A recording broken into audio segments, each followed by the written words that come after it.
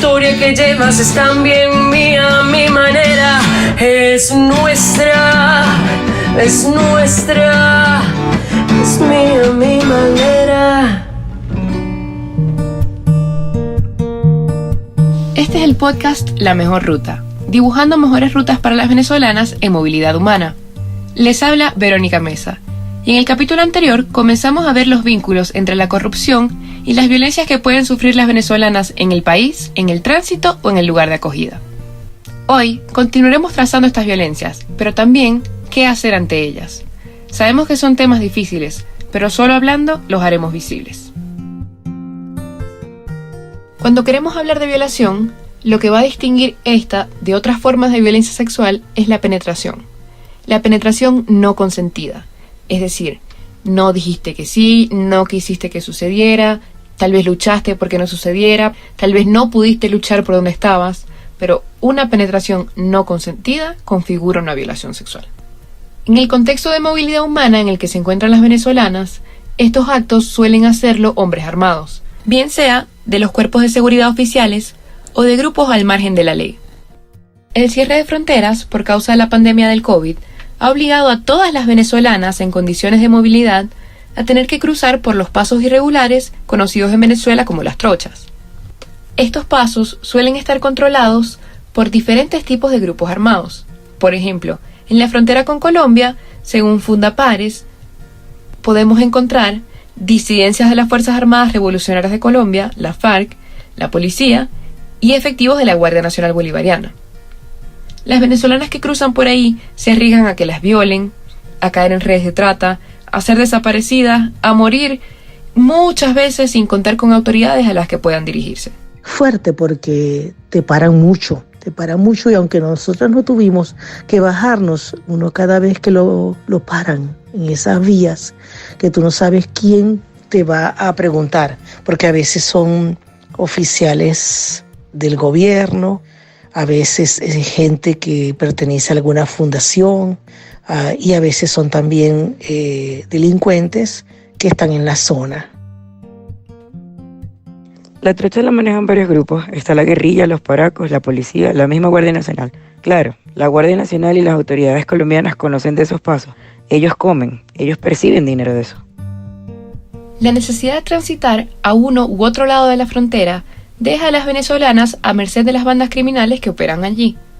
Vanessa Pitts, una abogada venezolana que trabaja en un punto de atención en Cúcuta, comenta a los medios que antes de la pandemia atendían entre 1 y 2 casos de violaciones semanales. Ahora estas pueden ser hasta 28 violaciones semanales a venezolanas que están en tránsito. Violaciones que aunque las chicas reconocen, no se atreven a denunciar. En la trocha te dicen o colaboras o no apareces más.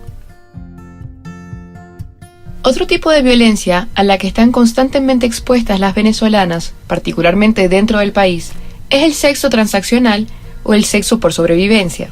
En situaciones empobrecidas, las mujeres y los cuerpos feminizados son obligadas a recurrir a este tipo de estrategias para poder solventar sus necesidades de ropa, de alimentación, de trabajo, de transporte. En el caso de las niñas y adolescentes, es muy probable que haya un grado de participación de sus familias en este tipo de transacción. Por ejemplo, familias que ofrecen tener sexo con sus niñas a cambio de algún bien, o familias que incluso venden a sus hijas. En Venezuela, y para seguir usando el ejemplo de la movilidad dentro del país, es probable que las chicas que piden cola para movilizarse no solamente sufran acoso por parte de los conductores, sino que incluso estos le piden sexo como pago por el transporte.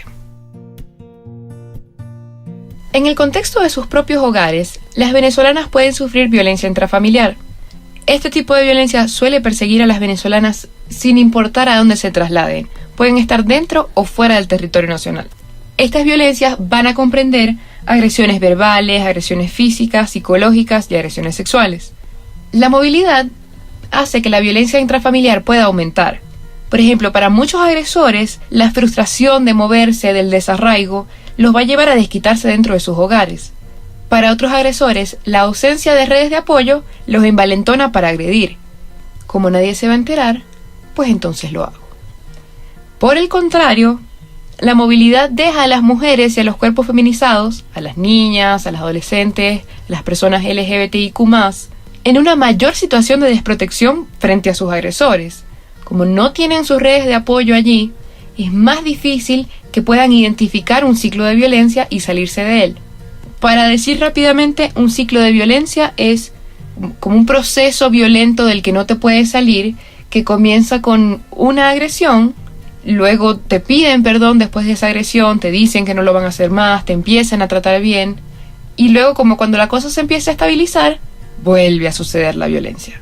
Cuando no tenemos a nadie que nos apoye, cuando no tenemos a nadie para contarle esto, que nos dé un consejo, es más difícil que nosotras mismas podamos identificar esta violencia y salir de ella. De hecho, incluso cuando logramos identificar la violencia y denunciar, ni siquiera las medidas preventivas logran hacer suficiente para que estas violencias no escalen más.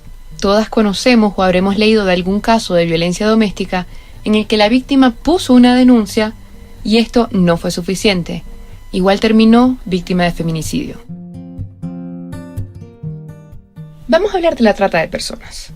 La trata de personas es una forma de esclavitud moderna que implica captar o reclutar, trasladar y recibir a una persona para explotarla. Es decir, si tú consigues a alguien para engañarla y explotarla, o si tú transportas a esta persona para explotarla, o si tú recibes en otro lugar a esta persona para explotarla, en cualquiera de esas condiciones, eso es trata.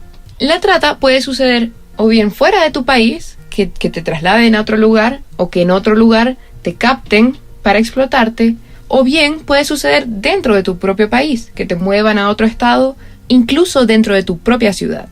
En contextos de movilidad humana como el venezolano, sumado a la pandemia del COVID, se gestan unas condiciones propicias para la trata. Las personas suelen estar empobrecidas o desesperadas por salir de su país, y como los caminos regulares se encuentran cerrados, a juro las personas deben recurrir a las trochas y a traficantes de migrantes. A ver, vamos a hacer una distinción. La trata y el tráfico de migrantes, aunque se asemeja, no es lo mismo. Traficar a un migrante es ayudar a una persona a cruzar una frontera de una forma irregular, fuera de los caminos oficiales. Si esto sucede y en ningún momento te explotan, entonces simplemente hubo tráfico de migrantes. Normalmente las personas voluntariamente acceden a esto. Normalmente tú le pagas a alguien para que te pase la trocha por Colombia, o le pagas a alguien para que te lleven un bote a Trinidad y Tobago o a Curazao. Normalmente las personas que se van a mover acceden a esto, pero luego puede suceder que terminan siendo explotadas por estas mismas personas que las trasladan. Ahora, esto ya vendría a ser trata de personas. Aunque la trata suele perseguir distintos fines, lo más común es que las venezolanas sean sometidas o a explotación sexual o a trabajo forzado. Este tipo de formas de trata y de explotación de venezolanas coinciden dentro del país en el arco minero del Orinoco, o el AMO. De acuerdo con el Centro de Derechos Humanos de la Universidad Andrés Bello, la UCAP, el 74% de las víctimas de trata en la zona son mujeres, y de ellas el 25% son niñas y adolescentes. Incluso los mineros admiten que prefieren a las niñas y adolescentes porque, comillas al aire, tienen un mayor tiempo de utilidad. La pedofilia que envuelve el comercio sexual en general, pero en esta zona en particular, hace que los tratantes cobren un mayor precio mientras menor sea la edad de la muchacha.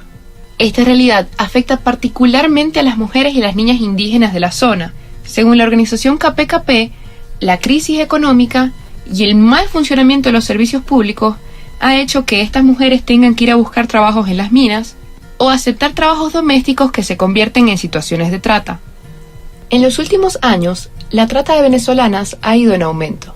De acuerdo con la organización Mulier, en el 2020 hubo unas 468 venezolanas rescatadas de redes de trata. Recordemos que por cada venezolana que logramos identificar, hay otras 20 que permanecen ocultas. Las personas que captan a las venezolanas para explotarlas pueden ser tanto venezolanos como extranjeros, tanto hombres como mujeres. En el 2020, de los 104 detenidos venezolanos que hubo, 71 eran hombres y 33 mujeres. Así que no se confíen de alguien solo porque sea mujer o porque sea paisano. Estas personas buscan ganarse tu confianza y te ofrecen una mejor oportunidad de vida, bien sea en la forma de un romance, de un enamoramiento o de una oferta de trabajo fabulosa en otro país. Una vez que aceptas, caes en sus redes.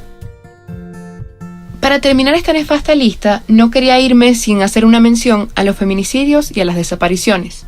Aunque estos crímenes no son comparables, estos significan el aniquilamiento de las mujeres y las niñas, significan el silenciamiento definitivo de nuestras voces. Por eso son tan particularmente violentos. En contextos de movilidad, el subregistro de estos crímenes es increíble, ya que suele suceder en espacios donde no llegan las autoridades, donde no se puede hacer una contabilidad de quiénes entran y de quiénes salen. Así que estos casos pasan desapercibidos. Sin embargo, desde Venezuela tenemos dos grandes esfuerzos que luchan por que estas mujeres no sean olvidadas y no pasen en vano. Desde Fundaredes, monitorean las desapariciones en los estados fronterizos del país. Y desde Utopix, hacen un conteo de los feminicidios dentro de Venezuela. El único consejo que le doy a las personas que deciden irse es que se preparen bien, porque no es como que decir me voy de Venezuela y ya, no. Es me voy de Venezuela y vienen muchísimas cosas más adelante. O sea, de verdad que es un viaje muy fuerte, es un viaje muy agotador, es un viaje que tú no sabes qué va a pasar, porque en realidad nosotros no sabíamos qué iba a suceder. Hay personas malas, hay personas buenas que te van a ayudar, hay personas que, aunque te puedan ayudar, no lo van a hacer. Pese al oscuro panorama que les he pintado, no crean que todo está perdido. Por el contrario, en las situaciones difíciles es que tenemos más por hacer. Mientras más nos informemos y reconozcamos que somos susceptibles a estas violencias, más podremos hacer para defendernos. Existen guías desarrolladas por organizaciones de la sociedad civil que nos pueden ayudar a identificar las violencias y a prevenirnos contra ellas, como por ejemplo la guía Libres y Seguras de Mulier. Un caso reciente de éxito, en enero de este año, es el de la venezolana Jenny Meisas, quien estaba siendo víctima de trata en Bahamas, y mediante un video que publicó en Periscope pidió ayuda y dio los datos de su ubicación. Horas más tarde, autoridades locales lograron su rescate. Ahora, aunque siempre hay cosas que podemos hacer como personas individuales o con organizaciones de la sociedad civil, también necesitamos un compromiso firme por parte de los estados y las organizaciones internacionales. Debemos presionar a los estados de origen, tránsito y destino de las venezolanas para poder abordar esta lucha desde un enfoque de derechos humanos, donde la preocupación principal sea prevenir, reparar el daño y desplegar estrategias para que estas violencias no vuelvan a suceder. Eso es todo por hoy. Para nuestro próximo episodio hablaremos de las rutas para tomar, los refugios y la gente buena que puedes conseguirte en el camino. Esa esperanza que te mueve. Todo esto para dibujar la mejor ruta. Muchas gracias por escucharnos hasta el final. Hasta la próxima. Chao. Es nuestra, es nuestra, es nuestra.